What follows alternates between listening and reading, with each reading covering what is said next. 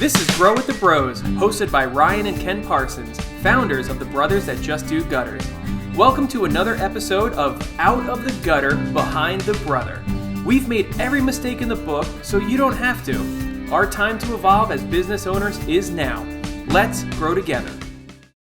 All right, on today's episode, we are discussing how to get off the truck with Nathan Hiebert, our San Antonio franchisee, is going to be our guest today. How's it going, Nathan? Hey Ryan, it's going well.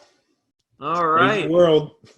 Oh man, yes. So this is the Brothers quarantine version that you're getting today. The stuck at home version.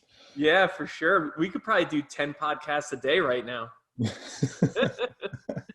So why don't we get started with just getting to know you and your story a little bit. Prior to becoming a franchisee, what were you up to? Well, I was doing the same thing business-wise for a long time. I was in the gutter business since 2006, but that kind of came into play along with my roofing business. I started my roofing business in Texas here 2002, and a lot of my customers were asking for gutters along with it. And so finally I just said, yes, okay, I'll do that. And so I bought a gutter machine, put it in a trailer, and started doing both together. Actually found I enjoyed the gutter business and tried to phase out my roofing portion of that from then on, because I was thinking, oh, I'll never get enough work for just the gutter work, but I'll keep it as my good side business. But I ended up being able to do that for the most part, is do less roofing and more gutters. And as I became more well-known, that's what I did. And it was usually just me and somebody else, me and a guy, or me and one of my kids, or me and my wife, or me and a friend. We just grab somebody to go do work. And I was doing everything. I mean, it was, I got a little frustrated in the roofing business having employees.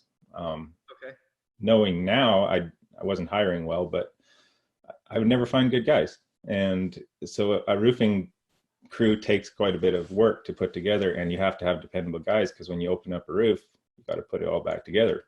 Oh yeah. And you got to know they're going to show up. So to me, I could control the gutter business better because it was just me, and it wasn't emergency work, and it wasn't as stressful. So that's the part I liked, because it was very much in control and small and manageable.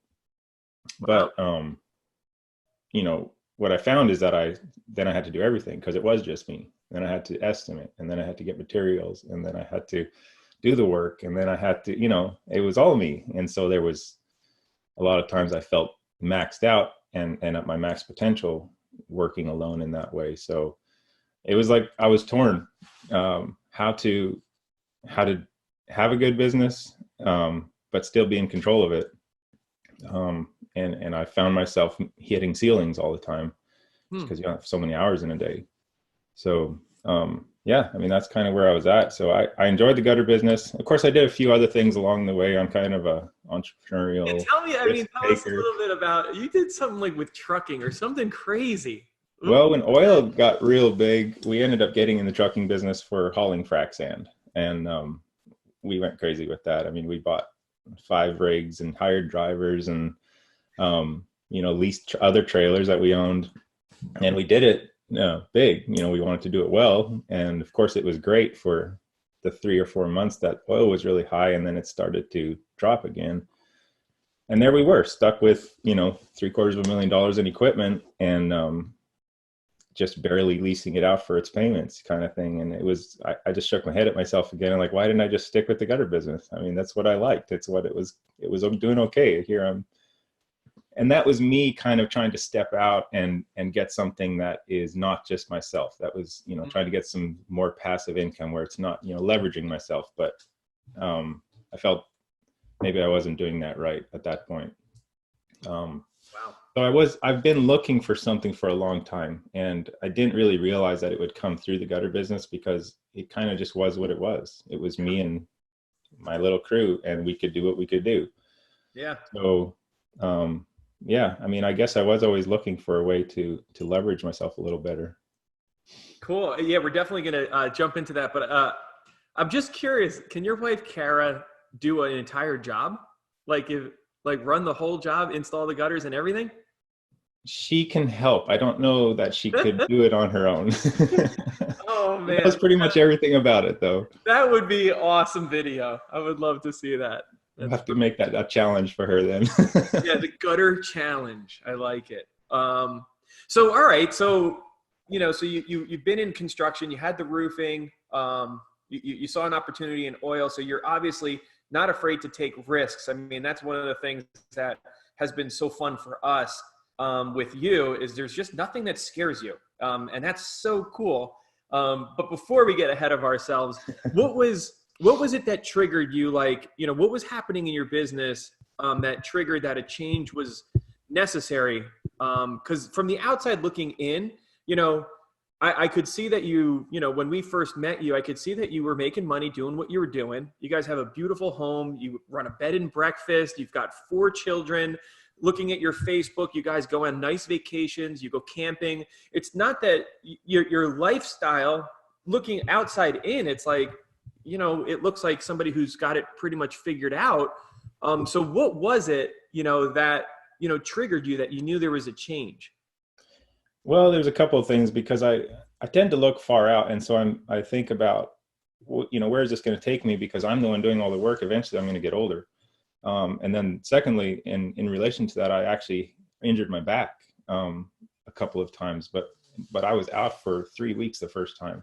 Wow. And for those 3 weeks, my truck and trailer was parked in the shop and nobody was hanging gutter and there was no income. And so that was a pretty big wake up call, even though I've always been sort of looking for ways to have that leverage. That was a big wake up call. Like, okay, if this happens again or consistently or permanently, what's going to happen to me and my business and my family? And so that was when I actually really decided to take a look around and see what other ways could I do this. I had, and by then I had evolved into like, maybe I could use my gutter business for more leverage, because I had started a friend in Houston on setting him up in a gutter business, and he's successful now. And I'm like, why wouldn't I just franchise then? Why wouldn't I set up systems and franchise? Obviously I know how to do this and I know how to train people. And so maybe that. So I started looking into that, and that's when I ran across you guys, though, of course, your video on YouTube. But it was my inability to do all of that stuff myself. I ran into a roadblock where my business was shut down because I was shut down. Okay. And then, so you were Googling like franchise your own business. Is that, and then? Yeah. And just kind of generally what people did to leverage their business. And so, yeah, how to franchise and doing some stuff like that. Very, very preliminary research. And I was already overwhelmed. Like, no way, I couldn't ever start this franchising process. That would be crazy. And I was totally surprised to come across a video of you and Ken. You had franchised a gutter business. So like, no way. Like somebody actually just franchised a gutter business? Because you had seen like other franchises that maybe include gutters or something like that. But I loved the gutter business and I wanted something that was just the gutter business, and it was perfect. I was like, what? And I didn't even want to call you guys. I was like, it feels like I'm calling the competition here, but I'm going to call them and see what's up. And how did that go? So did you just like reach out and I think you talked to Ken, right? No, I talked to, you had an agent at that time for, oh yeah. Yep. I forget his name. But anyway, when I called the number, I was like, I don't know if I'm calling the right people, but I wanted to pick your brain about how you guys franchised and how that's working. And he was right away like, oh no, you're calling the right people, even though you're a gutter contractor. So we had a long conversation, and that's kind of where it all started. Wow. And then, so, I mean, there's a big shift that has to go on in your brain when you're thinking, and I know with the back injury that changes things, but from basically you get to keep all your money that you make. And then a franchise, typically you're paying a franchise percentage. So now you're going from where you used to keep 100% of what you made to now you're giving a percentage or paying a percentage. How were you able to kind of like transition over in your mind about that part? Yeah, that wasn't even the hardest part for me. Some of it was the name change too, because we had just done a rebrand on our name and Hiebert Gutters, and I was real proud of our branding. But yeah, there was a huge shift there because a lot of stuff I had to pre-process to really even be ready for a system like this. But the fees and franchise stuff like that to me was kind of a no-brainer because I was figuring out what it would cost me to set up my own franchising system, or what it would cost me to hire enough people to put in place systems that we could expand with. If I was to go to 2 or 3 or 4 trucks on my own, it would take a lot of work and a lot of organization, and an organization is not something I do naturally. And so I knew right off the bat, I would have to have at least 2 great people on my team that were awesome organization people. And that would be expensive. It'd be expensive to keep those on staff and develop systems that would be okay for us. So for me, it was finding a good match that really helped me, because you guys were a really good match. Having systems in place for me was like a win-win. It was like, they have systems and they're in the gutter business. That's a plug and play for me. That's what I'm looking for. Yeah. And to me, it's worth it. I'll pay somebody for those systems, because I'm not gonna develop them properly myself. I don't have that strength. That's cool. That's great. So I think it was, you found us, you talked to the agent, and I believe it was relatively quickly. You hopped on a plane and we're having some dinner. It was relatively quick. And then we kind of, obviously then you tell us a little bit about that. Yeah, I think it was only a couple of weeks. By the time I finished a couple of conversations, I was like, well, I would like to meet Ken and Ryan, because I want to know if this is for real, or if they're shady guys, or, how are they making their money, and what do they want from me, and why are they helping guys like us get started? And I knew the only way to do that was to meet you guys and have dinner. So yeah, Karen and I flew up, and we were like, well, if we're going to do this, let's just get on it and do it and check it out. And so, and it was a good excuse. We'd never been to New York City, and so we just fly up, and it was fun. It was an adventure to start off with too. I mean, it's having people in the same industry like you guys. Normally we haven't connected with people like that across the country. Of course, I've followed people on social media and things like that, but talking business, working together, that doesn't really happen a lot in this industry. So yeah, that was fun. and we've noticed that trying to grow our own business was like, nobody wanted to tell you anything. Like, you could be really non-competing, and everyone just really just wanted to talk about how they make miters better than you, and if you're using strip miters or this, it was never about the business. You could not have conversation. And there wasn't a lot. I mean, I remember reaching out to a huge company at the time, 15 years ago. I looked up the biggest gutter companies in the United States, and there was one that was prominent at the time. I don't think so anymore, but I called them up as a non-competing person to ask them about their systems and everything. And they really didn't have a heck of a lot to share. They were actually 10 steps behind us in the way they ran their leads, kept track of their clients. They literally had a physical folder for their clients, and they would use Excel sheets and stuff. And it was not what I thought. And that I thought was going to be our ticket to, kind of have a good top level conversation with somebody. So I get it, man. I get what you were looking for. I thought that was cool that we connected on that, and we just had a lot to talk about when we met with you and Ken. I mean, we kind of hit it off, and it was like, yeah, we could work with these guys. So and the same for us. I mean, it's it's really strange. It's like franchising is like going on one date and then getting married. It really is. It's I'm sure it's equally strange for you guys as it is for us, but we only get a limited look at who we're about to marry and be in business with for the rest of our lives potentially. So, and it was mutually the same thing. And I think that's important. Later on, we're going to go over what qualities are we looking for in people. And it is that feeling of have we been friends for years? It feels very easy. It feels very natural. And that's definitely huge. So I want to talk about the notion of getting off the truck. I think that probably became very real to you, when you were sidelined for 3 weeks. Now, do you suggest that? I mean, tell us about you getting off the truck and what that's looked like. Well, for me, getting off the truck, number one was so that I had somebody dependable to do the work if I couldn't. But how to structure that was my concern, and I didn't know how to do that. And so getting off the truck entailed, okay, how do I want that position to look, or what moves would I have to make, or how many people would I have to hire to make that possible? Because once you start getting an independent crew, obviously, as everybody knows who scales their business, you have to make more money to pay those guys. And then you have to have all the stuff in place to do that, like the leads and the jobs and the And not that it's bad, but you have to have that plan for it, because you can't take the same jobs you do by yourself and just say, okay, someone else go do those and you make the same amount of money. It doesn't work. And so I had to think through all that stuff. And so getting off the truck for me was, number one, is important that I was able, my whole thing is like, I want it to be able to have time and money at the same time. Because as a self-employed person, you never have both. Yeah. You're either slammed with work and you got lots of money, and then when you're not working, you don't have any money. And so you're stuck at home, and you're wishing you could do some stuff with your free time, but you can't. And so that was a frustration for me, and I wanted to change that dynamic. And I guess the other thing I wanted to do is if I was going to hire, I wanted to hire like with good positions. I want to pay people well. I want to have a great job for somebody.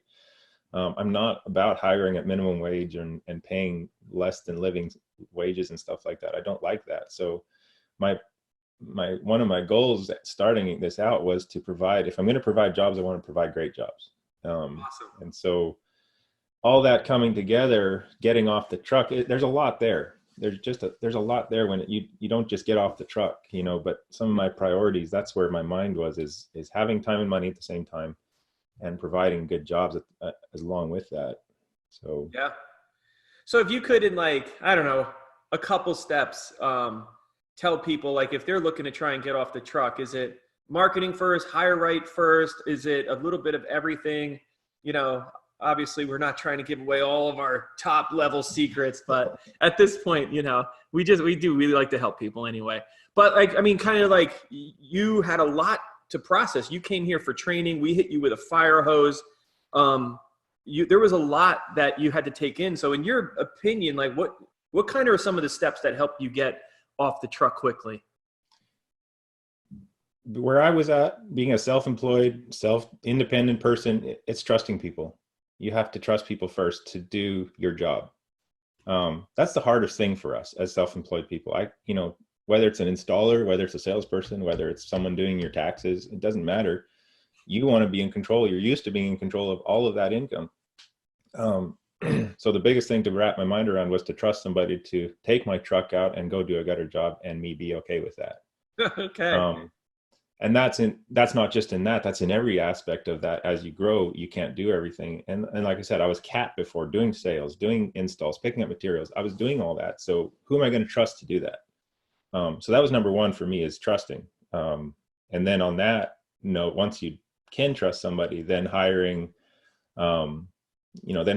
Obviously hiring an installer to me was one of the most important things. So I had been sort of looking around, or in the back of my mind, like, okay, who would I hire? What kind of guy would I hire? I would like somebody who has great experience. I've seen their work to come on. I don't mind training, but so that I had my eyes out for somebody like that. So yeah, that's kind of where it started for me, is replacing myself with someone who's talented, but someone I can trust, or I would choose to trust, I guess, is really the more accurate description. Wow. That's huge. That's great. I love that. I think that's gigantic, and it's easily overlooked. I think as, it's been a long time since I've replaced myself and Ken's replaced ourselves, but you're right. Like, I keep thinking of some of the other stuff. I forget about that let go, that trust factor. And of course, I would say most of the time, if you've ever let somebody use your truck, it pretty much never goes well. The first one or two times you actually let someone do it, I think it's almost kind of like guaranteed they're going to back into a mailbox. It's just something happens to almost like, say, don't grow your business. See, you can't, you have to keep doing it yourself. You give them one job to do, the simplest job ever. And this is what happens. Did anything like that happen? Yes. And I had to prepare myself ahead of time for that. I knew, when you hire somebody and they're never going to do things like you do, and something's always going to happen. And if you're looking for reasons not to grow, you're going to find them. I guess for me, my perspective is failure's not an option for me, because if the gutter business was always like my baby. I mean, this was my thing. This was always something that I could keep, something I loved. And if I was going to put this in the hands of even a franchise or other employees, then I'm going to have to go all in on it. Yeah. I can't half manage it or half give it away or half trust somebody, because it's not going to work. I knew that. And so failure's not an option for me. So those little things that happen, the dents in the trucks and the things that, I just can't make those a big deal because I could just make excuses to not continue. Yeah.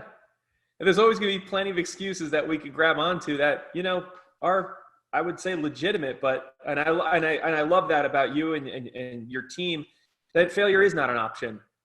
Things, obviously not everything goes perfect. Not the leads don't.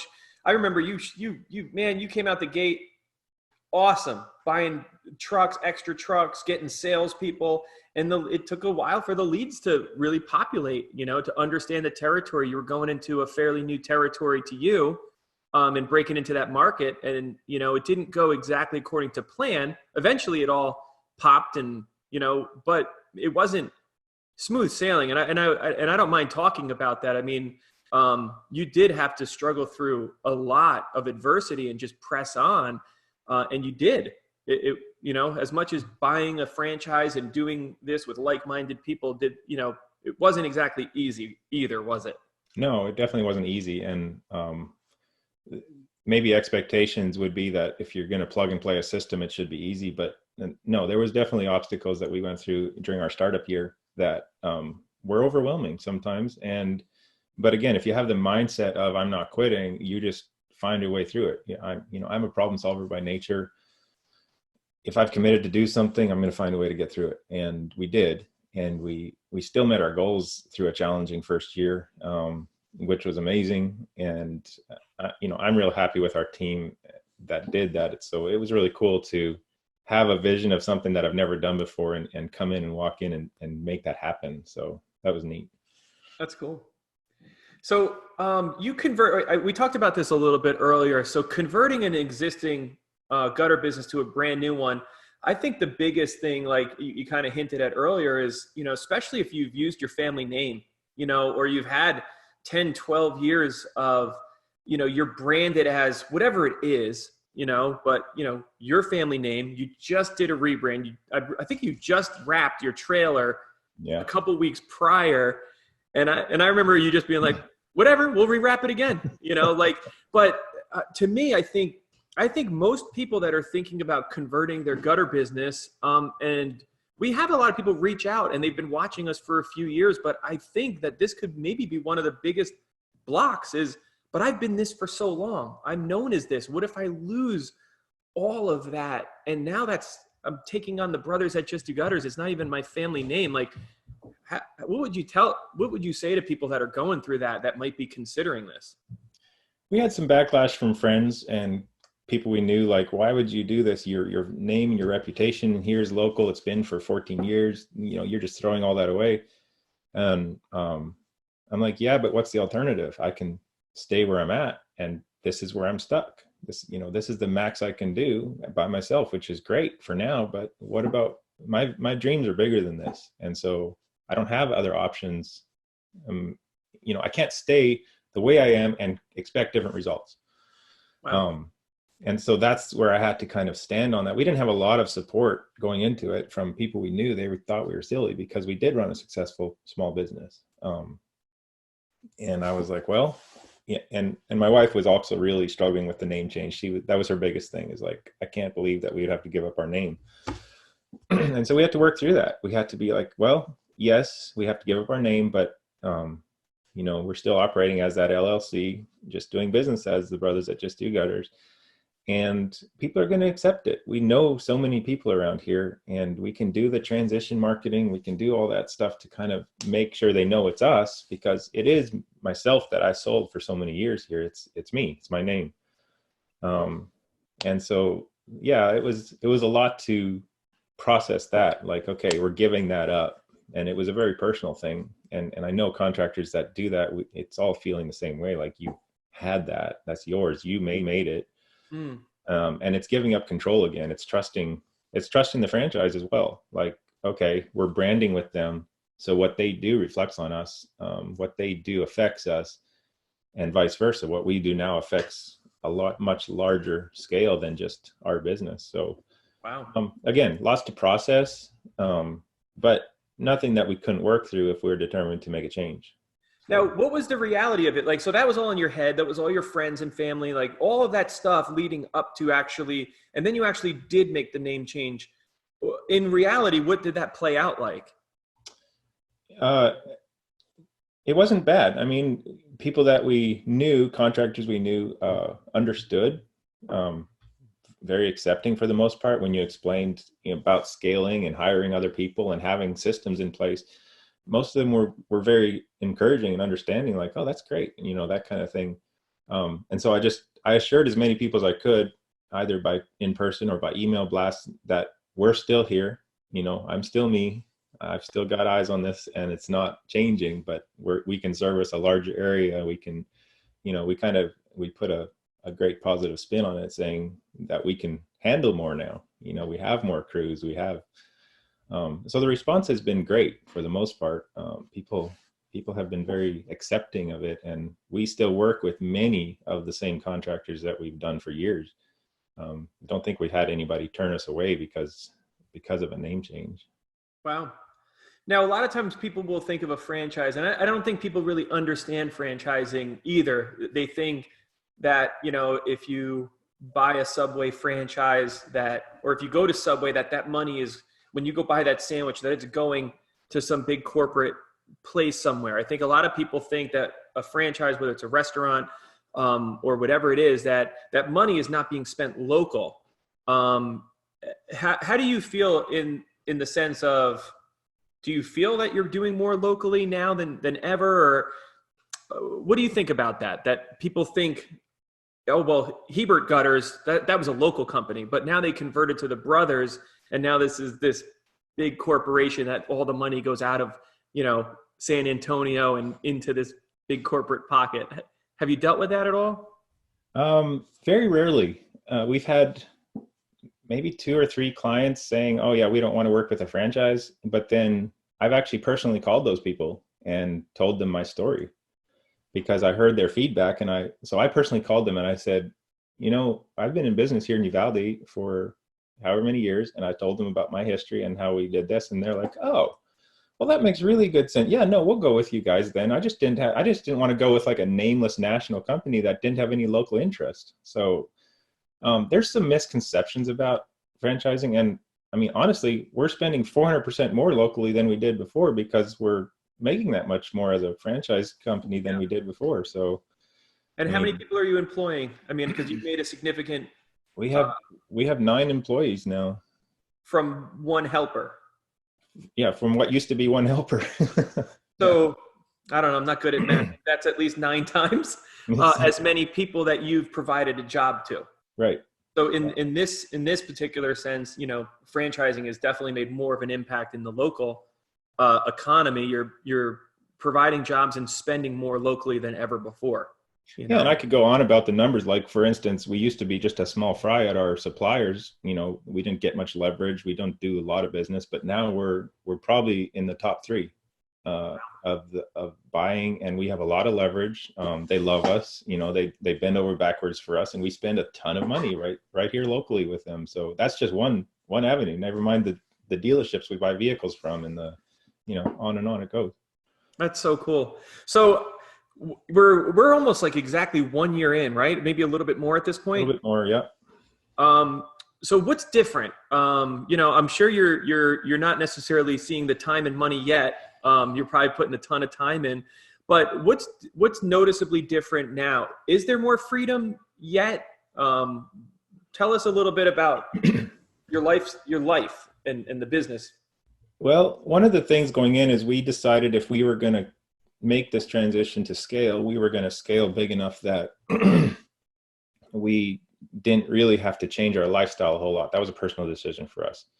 And so we did calculations on what would it take to do business as a franchise in this model, to not have to really change our lifestyle, because we enjoy what we do. We, when we go camping and whatever it is that we do as a family.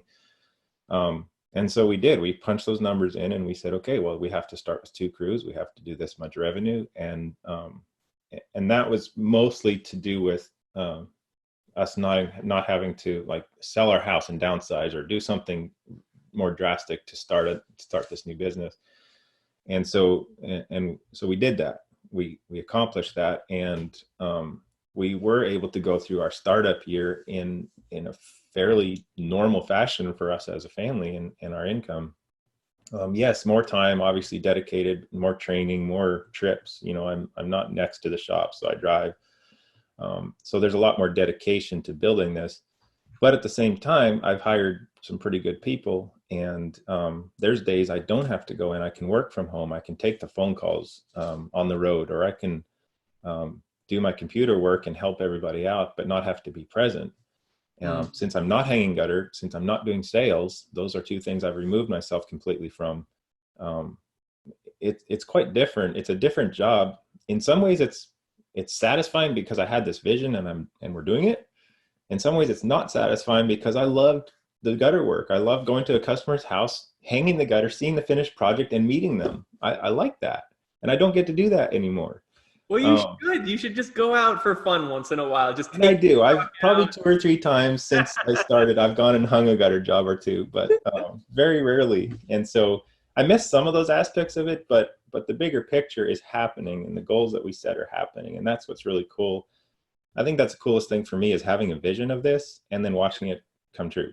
And that's what's really neat. Wow, that's awesome. What do you see your role changing like this year and maybe next year? And like, what's kind of like your bigger vision? You've made it through the hardest part, which is getting to 3 crews. What do you have now? 4? 3 crews. Getting to 3 crews is the number one. It's the hardest. From 1 to 2 to 3 is hands down the hardest part of this business, or any trades business. I would argue is getting to there. You're there. You're living at that 3. What do you see happening, over the next year or 2?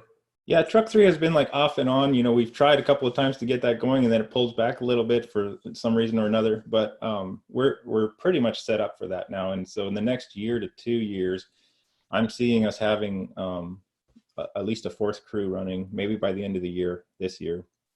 And with that, with 4th crew, I believe that I can hire out a field manager full-time position, which would really pull me away from the training aspect, the hiring aspect, for instance, and have somebody like just dedicated to field hiring and firing and management, which would really be a big deal for us.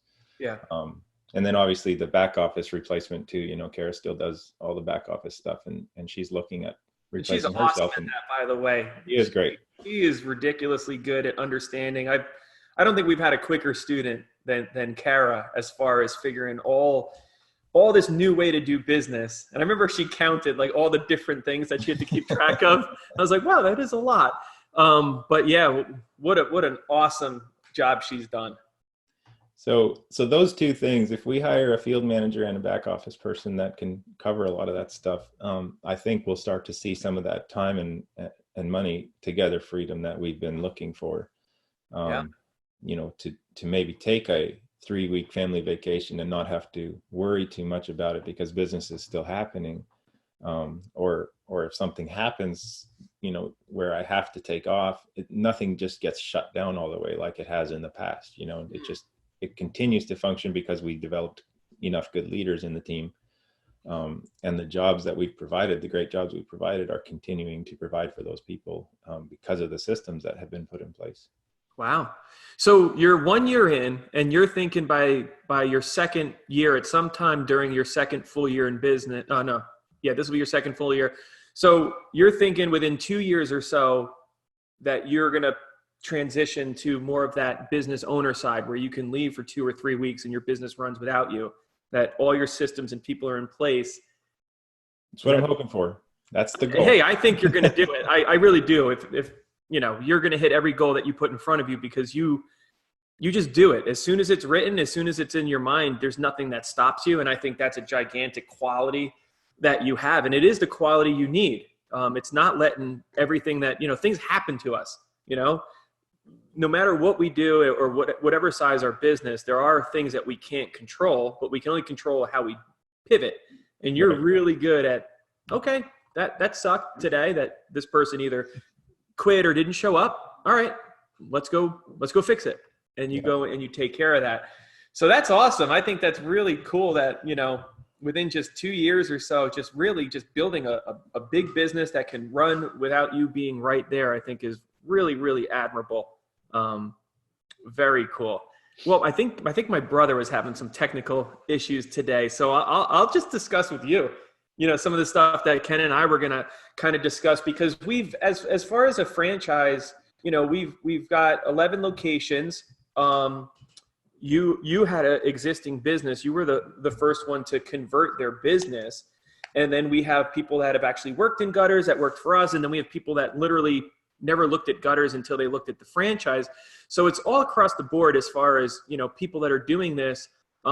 We do like the idea of conversions, because some of the, all that gutter knowledge and stuff has already been kind of trained. What do you think of the idea of us getting more people that want to convert their business? I think the conversions are probably, like you say, going to be the easiest in some ways, and probably the most productive. The hardest part will be to get somebody who can be on board, or say retrainable, or open to big changes. Because like I said at the beginning, it's a lot to wrap your mind around. When you've developed your own business, you have to wrap your mind around a lot of things. And if you're not teachable, it can really, really get in your way. And there can be all kinds of excuses, like, well, I don't like the way Ryan and Ken do this, and so I'm not gonna. Or, I like what Jimmy said, I just followed the systems, and if it didn't work, it's their fault. I kind of had the same mindset in some ways. I mean, obviously I had my own goals and own determinations, but I've never done a scaling like this. And so when you guys have these systems in place, because I trust you as the franchise owners, and the systems you put in place, I'm taking the advice because I don't know anything else. And so I am following the systems. And I think that's the success you'll find in conversions, is if you have somebody willing and teachable that can follow the systems, it's going to work.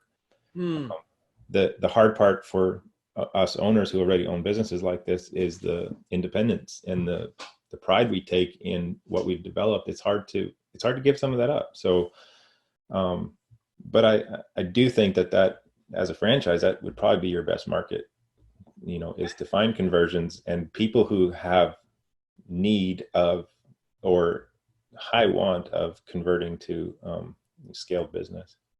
So if you could kind of fill in the blank of this sentence, if you were going to speak to somebody who's in the gutter business now that's listening to this, and if you could say something like, if you're feeling or experiencing fill in the blank, then you should definitely consider converting to a franchise.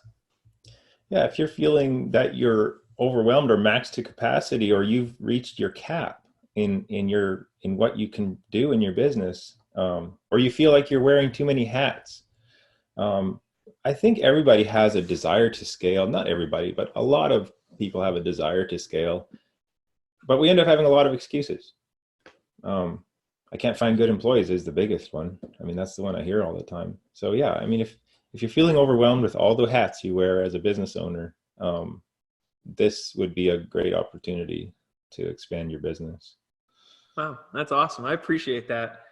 So yeah, so one of the things that, Ken and I think about a lot are, who is ideal for this, and especially in the conversion. And I think what it is it comes down to, if people have tried to grow, they want to grow, they're reaching out for more knowledge, somebody that was kind of like in your position, not stuck. I mean, we're all part of a lot of Facebook forums, and we see some of the conversations, and there's definitely some people that are the know-it-alls that hop on everything and say, you're doing it wrong, or you suck because of this reason. And we do see a lot of closed-mindedness, but we do see some people that ask great questions like, hey guys, I'm trying to do this. Has anybody experienced this? So when I see somebody that's trying to learn and they're trying to grow and they're asking good questions, I love that. Yeah. If somebody wants to say, well, convince me why I should give you the money and not keep it myself, we should probably not talk, because it's not about convincing somebody. I think it's somebody that's already gotten to that edge and they have a vision and they love the gutter business. And I think, and that's what's so cool about our business is they're like people that love it. Like they love guttering. They love being out there. They love switching jobs, like not being married to a job, like the same exact house for like 6 weeks or months. They Right. love the idea to go in and out. I find that too. In the gutter business, there's more people than most industries that absolutely love the business. It's outside, it's quick turnaround. You feel like you've accomplished something every day. And people love that. And as men, I think we love that. And typically as humans, I think that's probably a trait, but men especially like to conquer things. And if you can conquer a gutter job in a day, that's something that we can put our stamp on and be like, that's me, I've done that.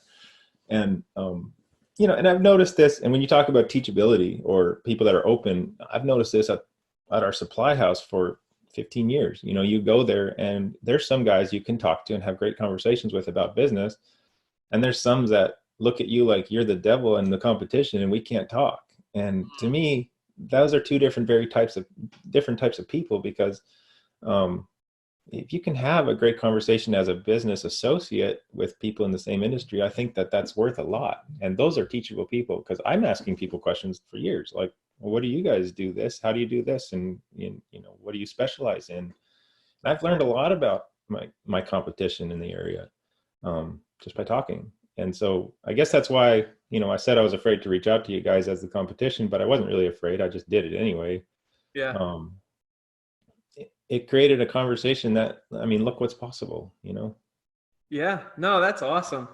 And I think one of the hardest things for people to overcome too is maybe like, and you said this early on in today, earlier, you spoke about knowing that you would need to either charge more to pay more. Like if you're going to scale, that you knew that you were going to have to either change the pricing structure. Everything about your business had to change because there was more advertising, there was more trucks, there was more training. You want to attract and pay people well.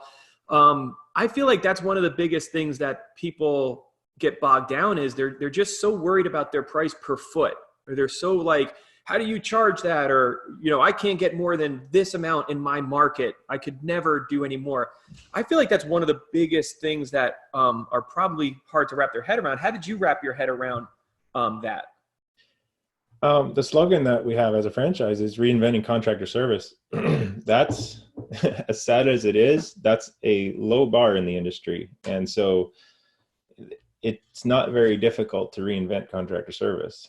And the systems that you guys have in place, with all the way from a call center to service bridge, having that template for everybody to look at, allows us to provide a service for people that typically people can't or don't.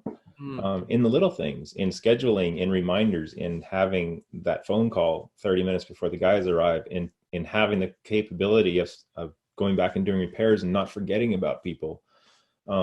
I know in my business, I would forget to go do estimates because I would be on the top of a ladder and somebody would call and be like, yeah, I'll be here Saturday afternoon. You can come in the afternoon and we can look at this. I said, yeah, okay, cool. I'll be there. And then 3 weeks later, they would call again like, hey, I thought you were going to meet me out there. Oh yeah, shoot. Well, I forgot to write it down because I was on the ladder, And so that's contractor service. That's typical. And that's very, very industry typical here. And so reinventing that is not hard. It's little things, but they make massive differences. Yeah. And so, yeah, we might charge a little more, but guess what? We offer better things. We offer better service. We have OSHA trained guys. We have clean, dependable trucks that will show up when we say we show up. We're not getting them towed all the time because they're breaking down. So we have value that we offer people, and they're not paying for nothing. We're the gutter professionals. It's what we do. It's all we do. And people like that. When you, a lot of people don't want to get the company that does roofing, siding, windows, and gutters. They like having a company that just does gutters. And we've found that alone builds value, is that we are gutter professionals. And when that's in your name, that says a lot. That's awesome. I appreciate that. And really, you guys have been the epitome of what anybody that converts a gutter business, we would love to be just like you. You guys have done an amazing job. And then your reputation, you have gotten more reviews and more people that have just sung your praises. You've got hundreds of reviews. It's been incredible in just a year that you've reinvented Contractor so much for the people in your area that they're going to social media. They're going to Google. They're literally singing your praises on, I don't know about every job, but it seems like, I don't know, 60, 75% of your jobs, people are literally leaving a review. And that's a testament to what you guys are doing. Well, and that's part of it too. Not 100% of our customers are always happy, but we've gotten a number of reviews by going back and doing repairs. I'm not saying we're perfect installers, but the fact that we reinvent contractor service by taking care of our customers is another big thing. A number of our 5-star reviews are from people that we had to make second visits to. They didn't review us the first time we went, but they did when they called us and had an issue and we got to show up the next day or the same day. That's when they felt like they were in good hands. And that's a big deal. You don't claim to be perfect, but you claim to, you do what you can. I mean, you do what what you promise. And so we tell people that we'll take care of stuff. We take care of stuff. And that's a big thing for any homeowner or any business. Yeah, that's awesome. Well, this has been really fun. I appreciate you coming on and sharing your story and, the ups and downs and your vision of where you want to go. I think that's incredible. I think this is a great review on people looking to scale, especially people in the gutter business. Obviously, that's where I come from. And, anybody that's interested can contact me too. And I've had quite a few guys call me up or message me on social media about what we're doing because they see our progress. So I know that this is a good fit for some people and not good for others, but I know there's lots of people that could use this system easily to scale what they have right now and be very successful with it. Thanks for joining us, and we hope you implement at least 1 or 2 nuggets from this episode that will give you the confidence to grow. Subscribe to our podcast to stay updated and grow with the bros.